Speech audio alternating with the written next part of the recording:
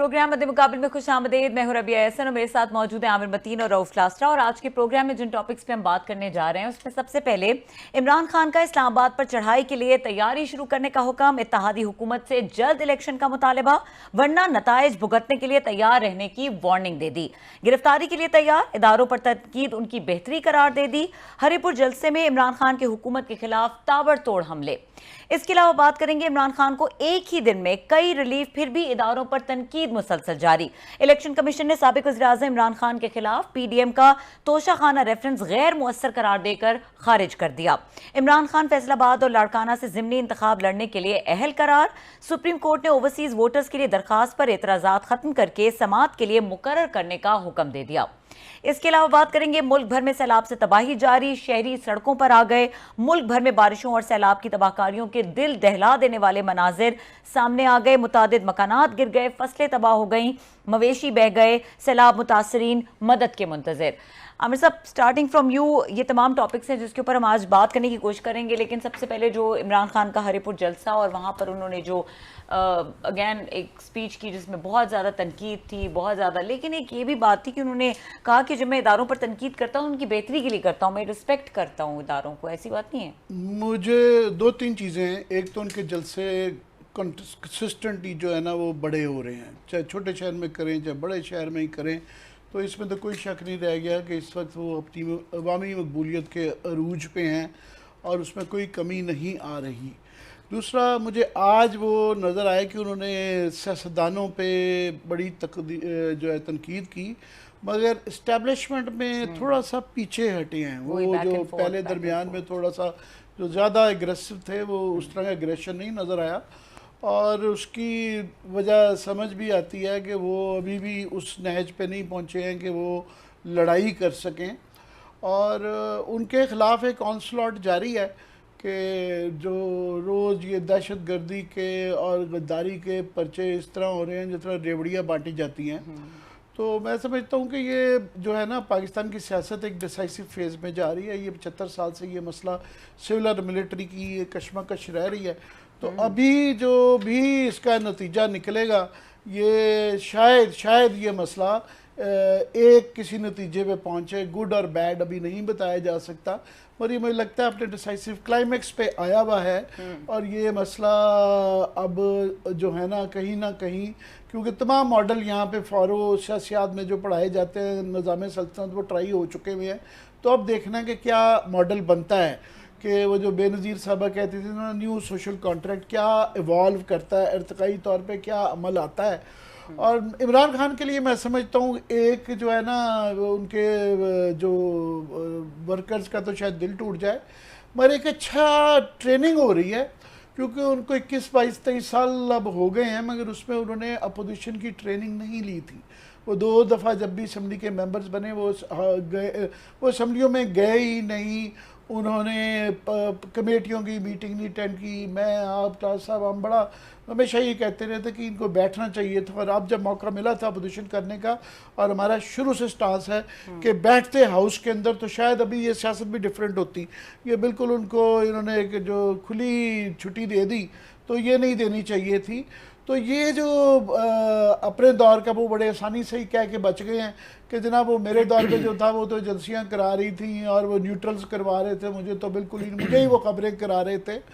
तो ये आजकल भी जो हो रहा है वो भी यही कह रहे हैं कि जो न्यूट्रल करवा रहे हैं शहबाज गिल पे, वो कहते हैं जनाब इस्लामाबाद पुलिस ने तो हाथ नहीं लगाया। तो ये उनके लिए, उनके वर्कर्स के लिए ये जो एक ट्रेनिंग ऑन द जॉब, इस दफ़ा ये है कि जॉब अपोजिशन की है। और एक चीज़ रह गई है, वो इमरान खान की गिरफ़्तारी है, और वो भी उन्होंने कहा जी मेरा बड़ा करता है कि जो तैयार हूँ मैं इसके लिए कि गिरफ़्तारी भी अगर हो जाए तो। मगर उनके लिए अच्छी बात ये है कि at the end of the day सियासत में सबसे इम्पॉर्टेंट ये होता है कि आपके साथ अवामी मकबूलियत है या नहीं है। और पाकिस्तान की तारीख में देखा है कि जिसके साथ भी अवाम का एक वोट नज़र आए, ना सिर्फ के जलसों में है, बाई इलेक्शन में भी बार बार प्रूव हो रहा है, तो उसको पावर में आने से रोका नहीं जा सकता। भुट्टो साहब को पावर में आने से कोई नहीं रोक सका। उनका जिक्र तो बड़ी तकलीफ़ से लोग करते हैं, मगर शेख मुजीबुर रहमान को मुल्क टूट गया, सब कुछ हो गया, मगर वो अपने मुल्क में चाहे पावर में आए और बेनज़ीर साहबा, नवाज शरीफ जो है। और जब जब ये लोग पाकिस्तान में लोग हमेशा से एंटी इस्टेब्लिशमेंट उसको स्टांस को पसंद करते हैं। नवाज शरीफ उस दिन लीडर बने, भुट्टो साहब तो थे ही एंटी इस्टेब्लिशमेंट। उसके बाद नवाज शरीफ साहब जब उन्होंने कहा कि मैं डिक्टेशन नहीं लूँगा, बीबी एंटी इस्टेब्लिशमेंट ही रही। तो ये भी अब पहली दफ़ा एंटी इस्टेब्लिशमेंट स्टांस ले के पॉपुलर कुछ में है। तो मेरा ख्याल है कि ये सूनर और लेटर इनको रोक कोई नहीं सकता, पावर में ये ज़रूर आएंगे। और हमारी उम्मीद ही की जा सकती है, क्योंकि क्लास साहब का कहना है कि उसमें भी वज़न है कि 70 साल की उम्र में इंसान क्या तब्दील होगा। तो मगर हम क्या करें, हम दुआ करके हाथ उठा के उम्मीद ही कर सकते हैं कि शायद ये जो इस वक्त इनके साथ हो रहा है, और शायद ये जो training on the job opposition जारी है, शायद इससे कुछ असरात हो। अगली दफ़ा कभी आएँ तो टीम बेहतर हो, लोगों के ऊपर जुल्म सितम कम करें, मीडिया के ऊपर इस तरह की जो इनके दौर में हमले होते रहे, जेलें होती रही, और उसको ऑन करें कि जिसके दौर में भी मैं समझता हूँ आज हो रहा है या पहले हो रहा था। ये नहीं कहा जा सकता कि जी एजेंसियाँ करवा रही हैं। गवर्नमेंट ऑफ द डे ही 12 जिम्मेदारी होती है। कल के दिनों में भी PTA के दौर में भी इमरान खान जिम्मेदार थे, उनके दौर में हुआ जिस किसी ने भी किया। आज के दौर में भी शहबाज शरीफ साहब जिम्मेदार हैं। जो इस वक्त जो भी चैनल्स बंद हो रहे हैं या सहाफ़ियों को मुकदमात में डाला जा रहा है, जेलों में डाला जा रहा है, इसकी जिम्मेदारी शहबाज शरीफ साहब की है। अच्छा क्लास साहब, आमिर साहब की बातों में 2-3 बड़ी मजेदार मुस्कुरा रहे थे, ये मुस्कुरा रहे थे। अब देखिएगा निकलेगा अभी जो है ना, अभी मध्य मुकाबले बड़ा खौफनाक निकलेगा। आज आपने आमिर साहब कुछ ज़्यादा किया है, मैं यही सोचती जा रही थी अभी रोक दूं।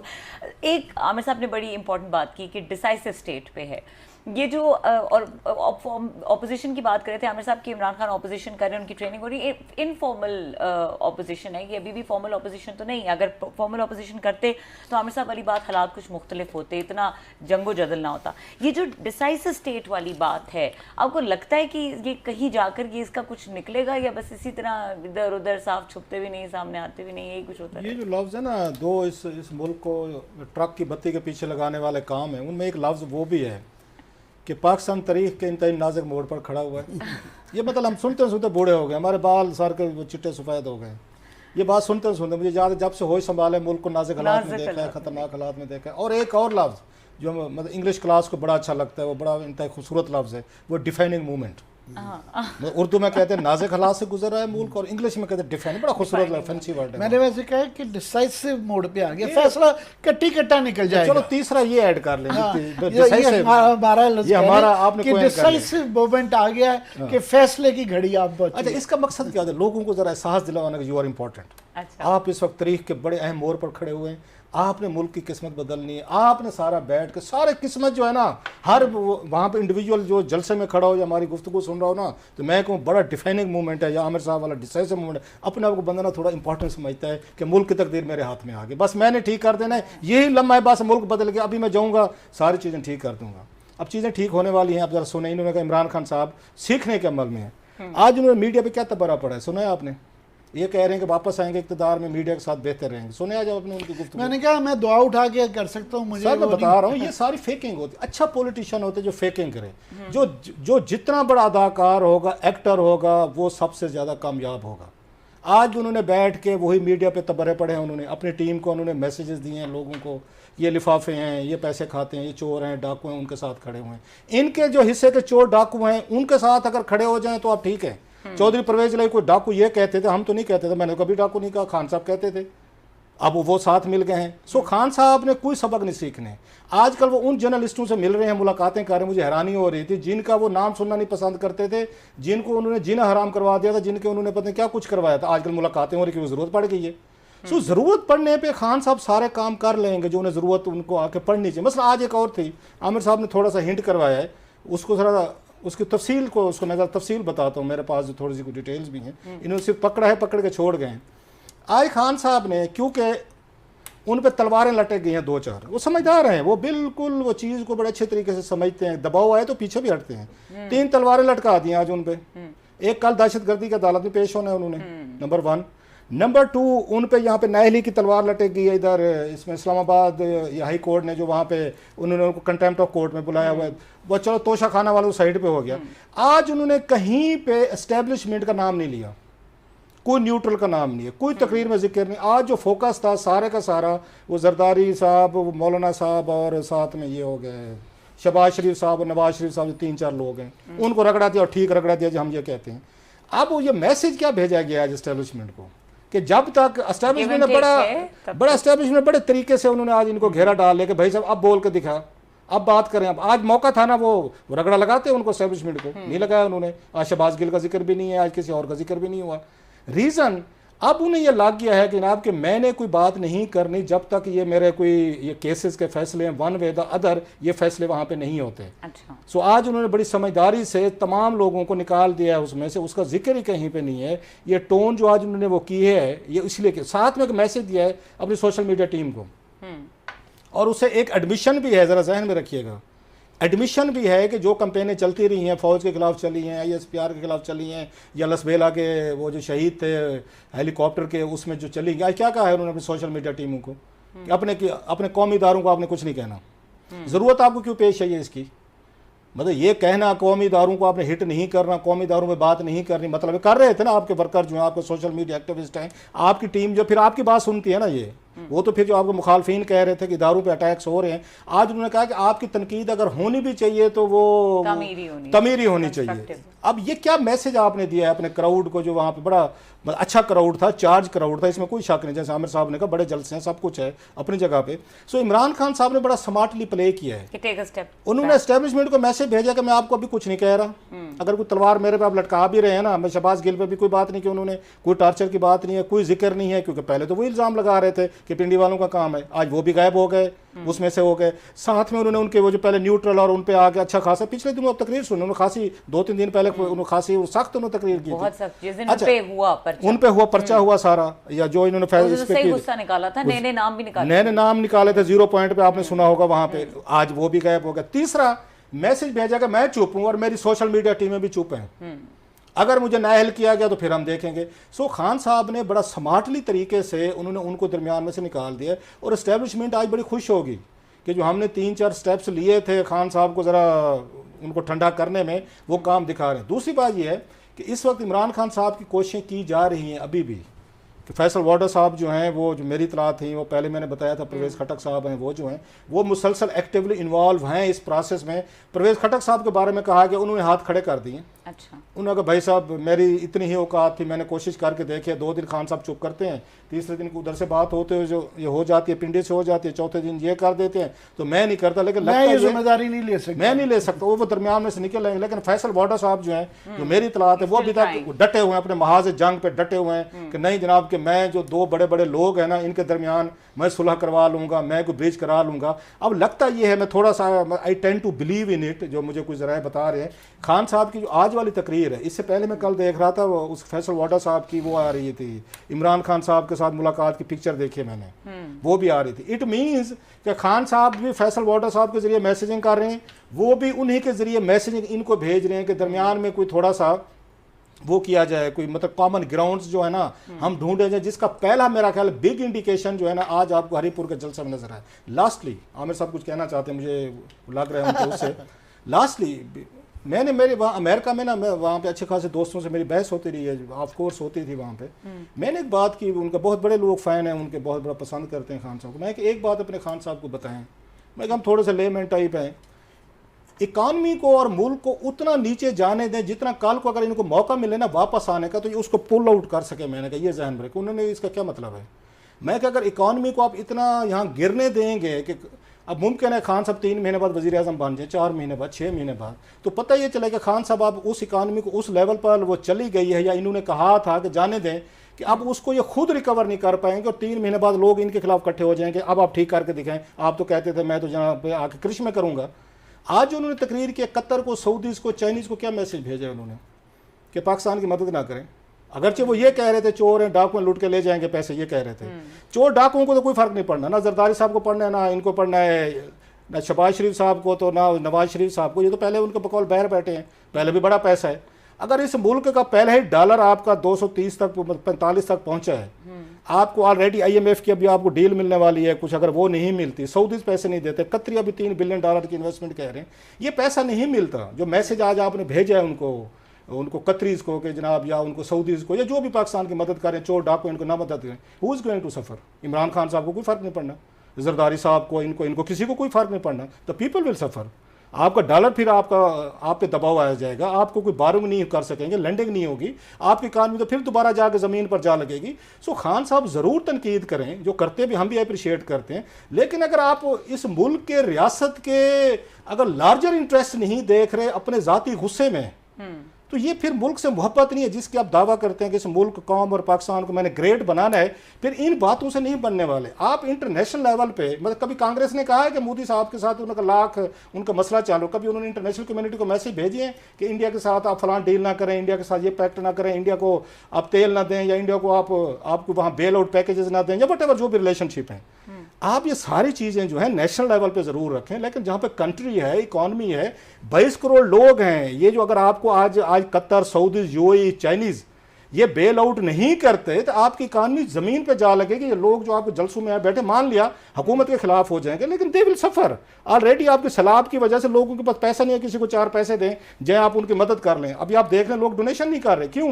महंगाई की वजह से लोगों की जान खत्म हो गई। सो माई दैट्स मतलब हम्बल एक सजेशन है कि ज़रूर हिट करें करप्ट एलीट को, टोले के चोर डाकू सबको, लेकिन फॉर गॉड सेक ज़रा ये ज़रूर रखें, कल को आपने भी दोबारा वज़ीर आज़म बनना है, उस नहज पे ना जाके इकॉनमी हमारी गिरे जहाँ से आप भी रिकवर ना करा सकें। सही। आमिर साहब कुछ कहना चाह रही हैं? मैं सिर्फ ऐड कर दूं कि मैं जो ये डिसाइसिव वाली बात कर रहा था कि डिसाइसिव स्टेज पे आ गई है। एक तो पावर है ना, कि पावर किधर जाती है, उसकी डिसाइसिवनेस, वो इसलिए कि मेरा ख्याल है कि ये नवंबर का फैसला जो है ना, उससे पहले ये डिसाइसिव स्टेज है। और ये नवंबर का फैसला जो है ना, वन वे और अनदर जो भी फैसला होगा ये सितंबर में हो जाएगा, क्योंकि नवंबर बीच में 2 महीने पहले ये हो जाता है। तो जब तक ये एक गैम्बल है, एक बहुत बड़ा आप समझ लें इम्तिहान है, इमरान खान का भी है, कि उससे पहले ये देखना है वो जिस तरह घोड़े को ब्रेक किया जाता है हार्नेस करने से पहले, तो वो चश्मबंद, आपने मुझे बताया कि चश्मबंद कहते हैं, खोपे कहते हैं, तो वो इन ब्लाइंडर्स, इतनी मुश्किल ब्लिंकर्स या ब्लाइंडर्स कहते हैं, तो ये लगाने से पहले ना घोड़े की वो एक तोड़ी जाती है, उसको ब्रेक किया जाता है। तो इस वक्त उनका ना ब्रेकिंग का प्रोसेस है, ये देखना है कि वो ये ब्रेक होते हैं कि नहीं होते हैं। सो उनके लिए ये मेक और ब्रेक सिचुएशन है, क्योंकि ये मुकदमात और ये जो उनको डिस्क्वालीफाई होने का एक पर्चा, दूसरा पर्चा, तीसरा पर्चा, तो पाकिस्तान की तारीख में गो के एतजाज़ हसन जैसे हमारे बुज़ुर्ग दोस्त जो हैं वो ये कह रहे हैं कि ये कानूनी तौर पे तो बड़ी मुश्किल काम है, ये नहीं होगा। तो पाकिस्तान में सब कुछ ही होते देखा है, तो ये इसको एक एफर्ट तो बिल्कुल जारी है। और दूसरा, हालांकि हमारे जो कोर्ट के रिपोर्टर हैं बड़े अच्छे सभी साहब, उन्होंने एक बड़ा कानूनी नुक्ता भी जो है ना पॉइंट आउट कल से कर रहे हैं वो, कि कल जो उनको बुलाया गया, जो कंटेम्प्ट के लिए एक तो हाई कोर्ट ने बुलाया, दूसरा उनको दहशतगर्दी का, तो एक ही तकरीर के ऊपर 2 जो है वो एक प्रिंसिपल होता है उसका लॉ का, कि डबल जैपर्डी, कि एक ही जगह के 2 मुकदमात अलग-अलग नहीं हो सकते। पता नहीं ये कितना वैलिड है, मैं थोड़ा सा इट मेक सेंस कि इतनी ज़्यादा डेस्परेशन है उनको ये ब्रेक करने की कि ये मुकदमे ये भी हैं और मज़ीद भी जारी रहेंगे।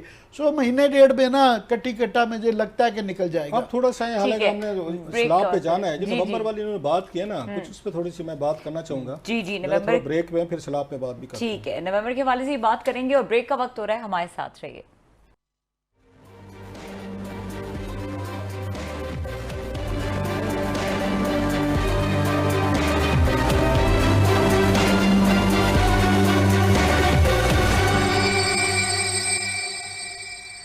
Welcome back. और हमने बात करनी है सैलाब के हवाले से, इसके लिए हमारे साथ अनवर बरियार साहब, DG खान मौजूद है। लेकिन उससे पहले क्लासेस साहब, आपने एक पॉइंट पे छोड़ा था और हमने ब्रेक ली थी कि नवंबर के फैसले से मुतालिक कुछ बात आप करना चाहते हैं। नहीं, उनकी मेहरबानी DC साहब की, डिप्टी कमिश्नर साहब की, उनसे अभी बात करते हैं, तफसीलात लेते हैं कि साउथ में ये बड़ी तबाही मची है, वो उनसे लेते हैं डिटेल।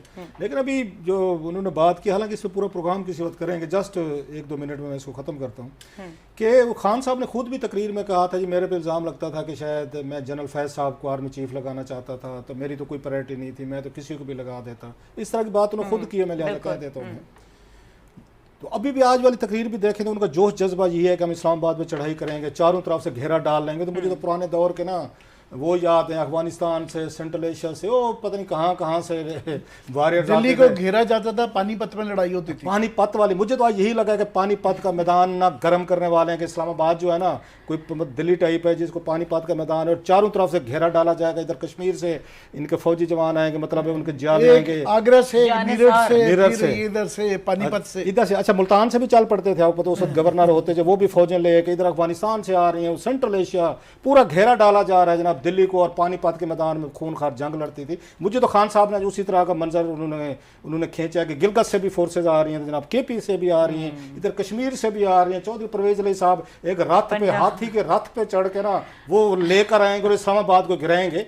बहरहाल ये एक अलहदा चीज़ है। रीज़न कि इलेक्शन जल्दी होने चाहिए। क्यों होने चाहिए कि नवंबर से पहले वही वाला मसला जो एक बड़ी खूबसूरत फिल्म है द नवंबर मैन, तो मुझे वो याद आ गया कि नवंबर में हमने अपना बंदा लाना। नवंबर मूवमेंट एंड नवंबर मैन। मैं सिंपल सी बात कर रहा हूँ, हालांकि इसमें बड़ी लंबी बात हो सकती है कि सर ये जुल्फ़िकार अली भुट्टो साहब जो अपना बंदा लेके आए थे, जनरल ज़िया साहब को लाए थे, उन्होंने उन्हीं को फांसी लगाई थी। नवाज शरीफ साहब को बड़ा शौक चढ़ गया था कि जनरल मुशर्रफ साहब अपना बंदा लेके आए, उन्होंने दहशतगर्दी की अदालत में ऑलमोस्ट ही वाज हैंग्ड त्यारा केस में। आप भी अपना शौक पूरा कर लीजिएगा। आर्मी के जो ये कमांडर्स होते हैं, जब तक आप उनको जो मेरिट पे है, टॉप पे है, उनको लगाएंगे, आप बचे रहेंगे। जब फेवरेटिज्म में जाएंगे ना आप कि ये मेरा बंदा होना चाहिए, तो मेरा बंदा यूं कर लेगा, तो मेरे बंदे फांसियां लगाते होते हैं। यहाँ आपको दहशतगर्दी की अदालत में आपको ट्रायल करते, बाकी करनी तो उसी अपनी मर्जी है जनाब। हमने को बाद हजूर को समझाए जाते हैं। डिप्टी कमिश्नर साहब हमारे साथ हैं। आई एम सॉरी कि हमने उनको जरा थोड़ा सा उनको वेट कराया। जी सलाम सर। जी वालेकुम सलाम। आई एम सॉरी सर, आपको थोड़ा सा वेट करना पड़ा। मैं भी थोड़ी सी हम पिछले सेगमेंट में बात छोड़ कर रहे थे। बहुत शुक्रिया आपने हमें ज्वाइन किया। सर इस वक्त सबसे ज़्यादा जो शिकायतें आ रही हैं वो यहाँ सरेकी इलाकों से आ रही हैं, साफ ज़रे राजनपुर, आपके इलाके तौसा वगैरह पर, वो बड़ी बर्बादी हुई है, लोगों को हमने देखा है। और जो शिकायत है सबसे बड़ी आम कि वहाँ लोकल एडमिनिस्ट्रेशन पे हर दफ़ा मलबा गिरता है कि वो लोग एक्टिव नहीं है, लोगों को बताया नहीं जाता, उनको फ्लड्स की इन्फॉर्मेशन नहीं दी जाती, उनको रेस्क्यू नहीं किया जाता, उनको खुराक, ये सारे इल्ज़ाम साफ ज़रे लगते हैं। और आप लोग क्योंकि वहाँ पे हेड कर रहे हैं, तो सर इस पे ज़रा कुछ बताएंगे कि क्या सिचुएशन रही है और इन इल्ज़ामात में कितनी हकीकत है सर? जी बिल्कुल। मैं इसमें अर्ज करता हूँ कि डीजी खान में पिछले कोई 50 साल रिकॉर्ड टूटा है और 1 जनवरी 2022 से लेकर 22/8/2022 तक कोहे सुलेमान में और बाकी सारे डीजी खान में तकरीबन जो है वो 1287 मिलीमीटर बारिश हुई है सर टोटल। इसमें कोहे सुलेमान को अगर केले को मैं देखूं तो 670 मिलीमीटर बारिश हुई है। और ये ज्यादातर जो बारिश है ये जुलाई और अगस्त जो अभी चल रहा है स्पेल, अभी भी बारिश हो रही है और अभी भी स्पेल हमारा जो है छठा स्पेल चल रहा है। हमारी 7 रुद कोइयां हैं और इसमें पानी बिल्कुल तमाम की तमाम में पानी आया है और रिकॉर्ड पानी आया। अगर मैं एक रोज कोई संगत की बात करूं तो उसमें रिकॉर्ड पानी जो है 14 अगस्त को है 2,74,000 क्यूसेक पानी। नॉर्मल जब रिवर भी चल रहा होता है आपका इंडस, तो उसमें भी 2 लाख से ज्यादा पानी होता है बमुश्किल। तो जब इतनी बारिश हुई है, अनप्रेसिडेंटेड बारिश हुई है, तो उसमें लामहला इसमें डिस्ट्रिक्ट एडमिनिस्ट्रेशन की बिल्कुल तैयारी थी और उसी तैयारी की वजह से ये मैं बिल्कुल कहूंगा कि जो पहली जो 25 जुलाई को स्पेल आया उसमें 2 ऐसी रोड कोइयां थी जो बिल्कुल नॉन कन्वेंशनल और उनके बारे में कभी भी वो हमारे कभी रिकॉर्ड में भी नहीं रही, मोही और रकियानी। वहां पे बारिश होने की वजह से पानी आया और उसमें डेथ्स भी ज्यादा हुई, तकरीबन तो 22 के करीब डेथ्स हुई और गवर्नमेंट ऑफ पंजाब जो है वो कंपनसेशन के चेक भी दे चुकी है और बाकी भी फूड के हवाले से और सारे इंतजामात, टेंट्स, हर तरह के हमारे वो मेहमान हैं, हम उनकी लुक आफ्टर कर रहे हैं। उसके बाद अब तक मुसलसल बारिश जारी है और ये छठा स्पेल हमारे पास जारी है और ये 26 तक जारी रहना है। तो जब इतनी बारिश अनप्रेसिडेंटेड होगी तो फिर आपके सामने ये सूरत हाल बनी है। लेकिन अल्लाह का शुक्र है कि जो पहला स्पेल 25 जुलाई को आया था उसके बाद हमारी सेटल्ड एरिया में अल्लाह की मर्जी से, अल्लाह की मेहरबानी से किसी किस्म की कोई डेथ नहीं हुई। सिर्फ मुसलसल बारिश होने की वजह से कोहे सुलेमान में वहां पे कुछ 10 जो हैं वो डेथ रिपोर्ट हुई हैं और वो भी सारी की सारी रूफ कोलैप्स की वजह से या दूसरी किसी वजह से या स्काई लाइटिंग की वजह से ही है। अच्छा बरियार साहब, दूसरी आपने बात बड़ा, होगी- मैं सॉरी आपकी बात काट रहा हूँ, आपने क्योंकि बड़ी एक अहम बात की है, बार बार आप बता रहे हैं, जो कि ठीक बात है, बारिशों की वजह से। ये महकमा मौसमियात ने कोई प्रिडिक्शंस जो की थी, कोई आप तक पहुंची थी कि इस तरह की बारिशें आ सकती हैं और इस तरह की कैजुअल्टीज़ हो सकती हैं, जिस पे ये लोकल एडमिनिस्ट्रेशन है पहले से तैयार हो, कोई आप तक कोई पहुंची थी कभी, या आपने कोई अपने तय पता कराने की कोशिश की? कोई सिस्टम है आप लोगों का कोऑर्डिनेशन का कि इन इलाकों में बारिशें हो सकती हैं, लिहाजा लोकल एडमिनिस्ट्रेशन जो केयरफुल रहे और लोगों को रेस्क्यू भी करे, या पहले से निकाल दिया जाए या उनको बता दिया जाए? जी बिल्कुल सिस्टम है, पीडीएमए की तरफ से, एनडीएमए की तरफ से बिल्कुल हमें आगाही होती है, बिल्कुल बारिशों की ये प्रेडिक्शन थी। मगर जिस तरह मैंने अर्ज किया कि इतनी प्रेडिक्शन नहीं थी कि इतनी ज्यादा बारिश हो सकती है हमारी। जिस तरह मैंने अर्ज किया कि 7 रोड कोइयों में जो पानी है उसको बिल्कुल गवर्नमेंट ने पूरी तरह डिस्ट्रिक्ट ने उसको संभाला है। ये जो 2 रोड कोइयां हैं जो बिल्कुल कभी भी वहां पे 50 साल पहले भी पानी नहीं आया, तो उनकी वजह से डिवास्टेशन हुई। उसके बाद सर अभी भी तौसा मुसलसल में बारिश हो ये रही सर है। तौसा का कहते हैं, तौसा और मंगरोटा वगैरह इलाके हैं, वावा वगैरह, वहाँ पे तो आबादियाँ की आबादियाँ उड़ गई हैं। वो तो चलो उसमें रोड कहीं में उनसे हट के है मेरा ख्याल है थोड़ा सा, अगर मैं गलत नहीं कह रहा, वो तो थोड़े से मैदानी एरियाज़ हैं। वहाँ पे बहुत सारे हमने टेरिबल हमने वीडियोस देखी हैं, सीन देखे हैं लोगों को। वहाँ पे मैं डिस्ट्रिक्ट एडमिनिस्ट्रेशन भी नज़र नहीं है रेस्क्यू करते हुए, लोग खुद अपनी मदद आपके तहत चीज़ें कर रहे थे। बहुत सी आबाद वहाँ पर भी हुई हैं। लाकरा साहब 14 अगस्त को जिन 2 वादियों का आपने नाम लिया है, मंगरोटा और वहोवा में, जी जी मंगरोटा में मैं आपको अपनी उस वक्त की मेरी पूरी टीम, मैं खुद बजाते खुद मैं वहां पे मंगरोटा में मौजूद था, और हमने अपनी गाड़ियों, इसके अलावा हमारे पास ट्रांसपोर्ट का भी पूरी सहूलत थी। हमने लोगों को वहां पे इवैक्यूएट किया और तकरीबन लोग जो है अपनी मदद दी गए हैं, और हमारी गाड़ियों पे भी लोगों को हमने उनके यहाँ पहुंचाया। और मंगरोटा में अल्लाह का शुक्र है किसी किस्म का कोई नुकसान जो जानी नुकसान नहीं हुआ। माली नुकसान देखिए, अनप्रेसिडेंटेड बारिश हुई है और में उस वक्त 2,74,000 क्यूसेक पानी आया है, तो उसकी वजह से मंगरोटा जो टाउन है हमारा है वो बिल्कुल तौसा के साथ है, वहां पे पानी आया। लेकिन लोगों को हमने प्रॉपर इवैक्यूएट किया, हमें फोर्स थी, हम तैयार थे, और इसी वजह से हमने लोगों को इवैक्यूएट कर लिया, और सारी की सारी चीज वहां पे किसी किस्म का जानी नुकसान नहीं हुआ। लोगों के घर हुए हैं, बिल्कुल हुए हैं। वो गवर्नमेंट जो है वो असेसमेंट, जैसे ही अभी रेस्क्यू और रिलीफ चल रहा है, जैसे गवर्नमेंट का ये रेस्क्यू और रिलीफ वाला मामला खत्म होता है तो उसके बाद डिटेल हम सर्वे करेंगे, और गवर्नमेंट ने वहां साहब, पे मैं सॉरी आपकी बात काट रहा हूँ। वैसे ये दुनिया भर की क्लाइमेटोलॉजी के जो वो हैं, हमारे जैसे लोगों भी ये यहाँ पे कहते रहे कि इस दफ़ा बड़ा रेयर मानसून की बहुत ज़्यादा बारिशें होंगी कि, और ये उम्मीद करते थे कि हमने तैयारियां की हों। ये आपका कसूर नहीं है, पूरी एडमिनिस्ट्रेशन का, पाकिस्तान का मेट ऑफिस का कसूर है। मगर पूरे पाकिस्तान में सैलाब आया, बलूचिस्तान में भी आया, सिंध में भी आया, मगर ये जनूबी पंजाब में और ख़ास तौर पे आपके एरिया में जो तौसा की जो तस्वीरें आ रही हैं, इमेजेस आ रही हैं, बच्चों की लाशें निकल रही हैं और वो कीचड़ में से लाशें बरामद हो रही हैं, वो तो दिल दहला देने वाले इमेजेस हैं। एक जो कहा जा रहा है कि जनाब पिछले 10-20 साल में वहाँ जो सड़कें बनाई गई हुई हैं, वो वाटर कोर्सेज जो पानी की राहदारियाँ थी उनको मद्देनजर नहीं रखा गया, और ये सड़कें एक किस्म का बन गई, और उसकी वजह से भी पानी की रुकावट हुई, और उसकी वजह से जो डेवलपमेंट हुई अनप्लान्ड थी, और उसके अंदर ये नहीं सोचा गया। इसमें कितनी हकीकत है? देखिए, ये आपने जो बात अभी की है मतीन साहब, इशू ये है कि ये इशू तो पूरे पाकिस्तान के है कि जो पहाड़ों पे बारिश होती है उनके एक नेचुरल पाथवेज हैं, उनके जरिए पानी ने वो इंडस में या दूसरी जगहों पे जाना होता है। लेकिन डेवलपमेंट तो हर जगह पे हुई है, यहाँ पे भी डेवलपमेंट बहुत हुई है। और तौसा में जो मैं करूँ कि जो आप तस्वीरों की बात कर रहे हैं, ये मुझे भी तस्वीरें जिस वक्त ये हो रहा था, बिल्कुल ऐसा नहीं है। ये तस्वीरें किसी इलाके की हो सकती हैं। जो 22 लोगों की अमवात हुई पहले, जो 25 जुलाई को वो रेस्क्यू किया, हम लोग खुद मौजूद थे मौके पे, उनकी वो तस्वीरें बिल्कुल नहीं है। वैसे लोग सोशल मीडिया पे और दूसरी जगहों पे कुछ ऐसी तस्वीर वायरल कर देते हैं। सर की स्पीकिंग बोलते हुए डिप्टी कमिश्नर साहब, हम भी इतने बच्चे हम भी नहीं है, सारी उम्र हमारी वहीं पे गुजरी है, मेरा खुद उन्हीं इलाकों से ताल्लुक है, हमें भी पता चल जाता है कि ये कोई इसको फोटोशॉप की हुई या किसी और की वीडियोस है, वो रिसेंट वीडियोस हैं जिसमें सराय की स्पीकिंग लोग हैं, सराय की बोलते हुए, बातें करते हुए। आप कहेंगे तो मैं भेज दूंगा आपको, आप कह रहे हैं कि वो किसी और इलाके की होंगी। ये तो लोगों के जख्मों पे मेरा ख्याल नमक छिड़कने वाली बात है, कि दुखी भी हैं, वो अजाब में नहीं। भी हैं और आप स्टेट ऑफ डिनाइल में भी हैं कि ये तो उनकी पिक्चर्स नहीं है, हैं सर? नहीं सर, मैं क्लस्टर साहब ये नहीं कह रहा। मैं असल में ये कह रहा हूँ कि 2 तस्वीरें, कुछ बच्चों की तस्वीरें मुझे भी शेयर की गई थी, जिसको हमने वो बलूचिस्तान verify की है, किया। मेरा ख्याल है वो और बलूचिस्तान की है, वो ठीक कह रहे हैं आप। जी जी, वो ठीक है। बलूचिस्तान की है। मैं असल में उनके हवाले से बात कर रहा हूँ। देखिए, डेथ्स हुई हैं, लोगों के प्यारे जो हैं उनकी जानें गई हैं, उनके दुख दर्द में हम पूरी तरह शरीक हैं। और अल्लाह का शुक्र है कि हमारी पूरी एडमिनिस्ट्रेशन, हुकूमत ठीक है। पंजाब की तरफ से हमने पूरी कोशिश की है, जो मुमकिन कोशिश हो सकती है। इसमें डिस्ट्रिक्ट एडमिनिस्ट्रेशन ने बहुत अच्छी काविशें की हैं, लेकिन एक कैलेमिटी है, उसको तो कोई नहीं दिखला सकता, वो बिल्कुल ऐसा है।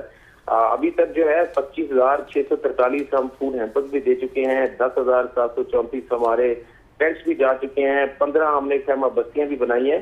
तो जो लोगों को इनकन्वीनियंस हुई है, बिल्कुल मैं मानता हूँ हुई है, लेकिन ये कहना कि डिस्ट्रिक्ट एडमिनिस्ट्रेशन ने बिल्कुल नहीं जागी। हम तौसा में, मेरा तो कैंप ऑफिस वहीं पे है, क्योंकि मेरा पूरा डिस्ट्रिक्ट जो है त्रिमन से लेकर चोटी वेरी तक जो है वो सारा फ्लड में है।